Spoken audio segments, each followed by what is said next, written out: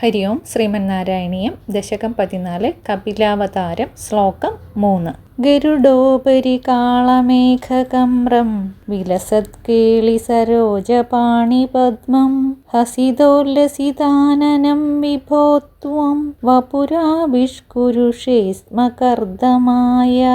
സർവത്ര ഗോവിന്ദനാമസങ്കീർത്തനം. ഗോവിന്ദ ഗോവിന്ദ.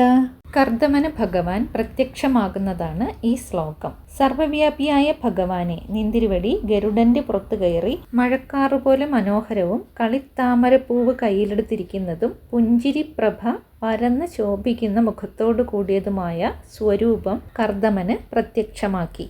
കർദമൻ ഏത് രൂപത്തിൽ ഹരിയെ ധ്യാനിച്ചിരുന്നുവോ ആ രൂപമാണ് ഇവിടെ പ്രത്യക്ഷമായതെന്ന് വിവരണം കൊണ്ട് നാം അറിയണം. ഇതുപോലെ ആർക്കും തങ്ങളുടെ ഇഷ്ടമനുസരിച്ചായിരിക്കും ഭഗവാന്റെ ദർശനമുണ്ടാവുക. ഭഗവാൻ കർദമനെ അനുഗ്രഹിക്കുന്നു.